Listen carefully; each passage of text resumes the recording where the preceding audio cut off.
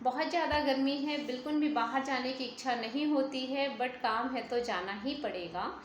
जब हमारा atmospheric temperature 40-42 degree Celsius के अबव जाता है तो हमें बहुत सारी समस्याओं का सामना करना पड़ता है, जिसमें से हम हीट स्ट्रोक भी है।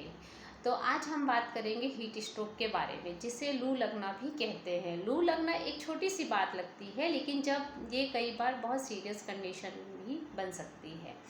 नमस्ते, आई am doctor Akriti Singh, practicing in Jabalpur, MR4 road, Vijaynagar, Narmada health care centre. तो आज की इस वीडियो में हम बात करेंगे कि हीट स्ट्रोक क्या है, इसके क्या साइन एंड सिम्टम्स हैं, इसका कारण क्या है और इसमें हम क्या इन्वेस्टिगेशंस करवा सकते हैं, घर में क्या प्रिवेंशन ले सकते हैं और होम्योपैथिक ट्रीटमेंट कोरिलेट करके देखेंगे। तो फर्स्ट ऑफ ऑल हम बात करते हैं कि हीट स्ट्रोक क्या है। हीट स्ट्रोक समर सीजन में जब एटमॉस्फेरिक टेम्परेचर 40-42 डिग्री के अबव जाता है और इस कंडीशन में हमें या तो बहुत ज़्यादा धूप में रहना पड़ रहा है या तो हमारी कोई भी फिजिकल एक्टिविटीज़ वर्क से रिलेटेड भी हो सकती है, हम कर रहे हैं। इस कंडीशन में जब हमारी बॉडी डिहाइड्रेट हो रही है और हमें बहुत थका थका महसूस हो रहा है, हेडेक हो रहा है, डिजनेस हो रही है, तो इस कंडीशन को हम हीट स्ट्रोक बोलेंगे। हीट स्ट्रोक से हम देखते हैं कि ग्लोबली हेल्थ आर डेथ भी हो रही है। हीट स्ट्रोक की समस्या को अगर तुरंत सॉल्व ना किया जाए या समाधान ना किया जाए तो इससे इंटरनल ऑर्गन भी डैमेज हो सकते हैं या मृत्यु भी हो सकती है। यह एक सीरियस कंडीशन में कन्वर्ट हो सकती है। हम इसके साइलेंट सिम्टम्स की बात करेंगे तो हीट स्ट्रोक से आपकी बॉडी में या पेशेंट की बॉडी में एक्सट्रीमली उसका बॉडी टेम्परेचर या तो बढ़ जाएगा या तो उसे नोज़िया वॉमिटिंग फील होगा। बॉडी टेम्परेचर बढ़ जाएगा, नोज़िया वॉमिटिंग फील होगा, बहुत ज़्यादा हेडेक हो सकता है, बॉडी ड्राई एंड हॉट हो सकती है, फीवर भी आ सकता है, पल्स रेट बढ़ सकती है या रैपिड हो सकती है, बढ़ सकती है। पेशेंट को हेडेक के साथ कन्फ्यूज़न, डिजीनेस होगा और उसे बहुत टायर्डनेस फील होगा। कई बार फेंटिंग की कंडीशन भी डेवलप हो सकती है।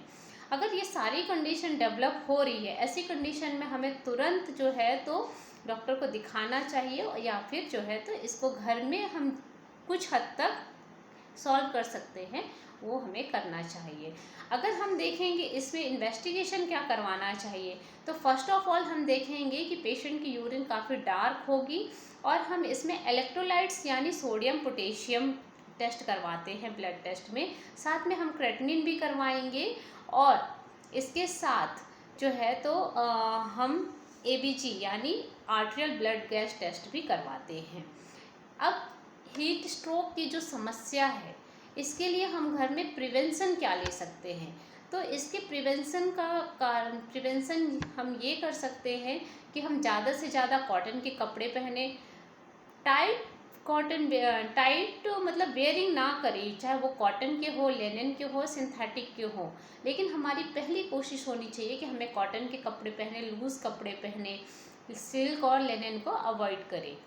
साथ में हम कोशिश करें कि हमें धूप के काम जो हैं या सनलाइट के काम जो है थोड़ा कम करें, धूप में कम काम करें या अवॉइड करें उनको। जब पीक आवर वाला समय होता है 12 बजे, 1 बजे, 2 बजे, इस समय हम थोड़ा अवॉइड करके या तो मॉर्निंग में या इवनिंग में करें, यानी एक्सपोजर में धूप में जाने से थोड़ा बचें। साथ में हम फ्रूट्स खाएं जिसमें वाटर कंटेंट काफ़ी ज़्यादा हो, पानी ज़्यादा से ज़्यादा पिए और हो सके तो हम टाइट क्लोथ को अवॉइड करें। और हम कोशिश करें कि हम जो है तो अगर धूप में हमारा बाहर भी काम है तो हम बॉडी को कवर करके रखें, लूज़ करें, फेस मास्क यूज़ करें कपड़े से या तो फिर हम अम्ब्रेला यूज़ करें। ये सारी चीज़ें हम कर सकते हैं प्रिवेंशन में देखा जाए तो। लेकिन हम कई बार ये भी देखते हैं कि अगर हीट स्ट्रोक को अगर टाइम रहते क्योर ना किया गया तो ये एक सीरियस कंडीशन डेवलप हो सकती है। इसके लिए अगर मैं मान लो हीट स्ट्रोक की वजह से कोई पेशेंट फेंट हो गया, इस कंडीशन में हमें क्या करना चाहिए, होम में क्या करना चाहिए। फर्स्ट ऑफ तो हमें पेट डॉक्टर को दिखाना चाहिए। इन केस किसी कारणवश हम डॉक्टर के पास नहीं ले जा पा रहे हैं या टाइम लग रहा है, ऐसी कंडीशन में हमें पेशेंट के कपड़े सबसे पहले लूज़ कर देना चाहिए और एक एयर वाले एटमॉस्फेयर में रखना चाहिए जहाँ पे खुली हवा लगे, उसे ठंडी हवा लगे। कपड़े उसके लूज़ कर देना चाहिए, पैर को अप कर देना चाहिए पिलो से और खुली हवा लगने देना चाहिए। साथ में कोल्ड वाटर से स्पंजिंग भी करना चाहिए। हम उसके बाद जो है तो आप पानी उसे पिला सकते हैं, पानी पिलाइए, या तो जिसे हम ORS घोल कहते हैं उसे भी पिला सकते हैं। ओवरऑल हीट स्ट्रोक की कंडीशन डेवलप होती है डिहाइड्रेशन से, और डिहाइड्रेशन को हमें इसमें मेंटेन करना पड़ता है। इसके बाद अगर हम होम्योपैथिक मेडिसिन की बात करें तो होम्योपैथिक मेडिसिन में हम कुछ मेडिसिन की बात कर रहे हैं, मतलब इसमें इंडिविजुअलाइजेशन काफ़ी इंपॉर्टेंट है, पर फिर भी हमने कुछ मेडिसिन कवर की है। तो उसमें से हम एक ग्लोनाइन ऐसी मेडिसिन है जिसमें पेशेंट को बहुत ज़्यादा हेडेक होगा, फेस एकदम रेड हो जाएगा और उसको धूप में जाने से प्रॉब्लम होगी। इस कंडीशन में हम ग्लोनाइन यूज़ कर सकते हैं, पल्स काफ़ी रैपिड हो जाएगी इसकी, तो ग्लोनाइन बेटर रहेगी। इसके बाद हम बेलाडोना को देखें तो बेलाडोना में पेशेंट को फीवर आएगा, स्किन ड्राई रहेगी, हॉट रहेगी, फीवर आएगा, पेशेंट रेस्टलेस रहेगा और उसकी पिपल्स डायलेटेड रहेगी। इस कंडीशन में बेलाडोना अच्छा काम करेगा।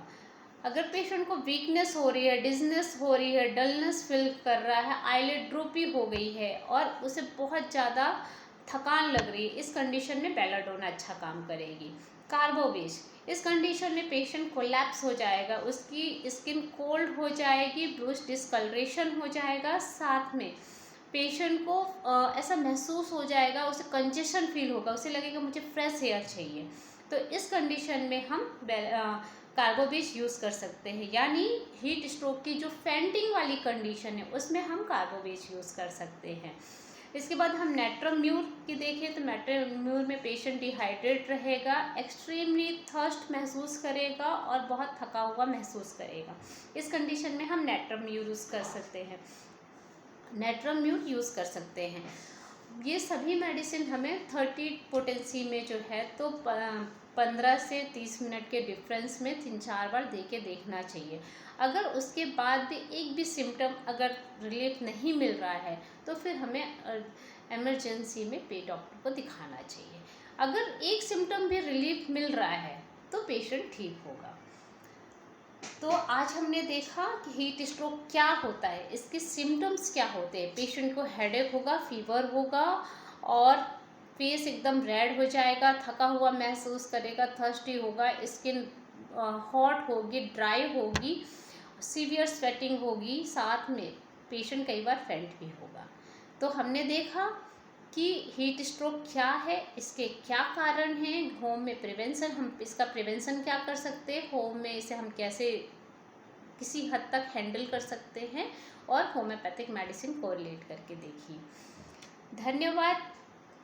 अगर आपको मेरा वीडियो अच्छा लगा हो तो आप इसे लाइक करिए, सब्सक्राइब करिए, शेयर करिए। Thank you.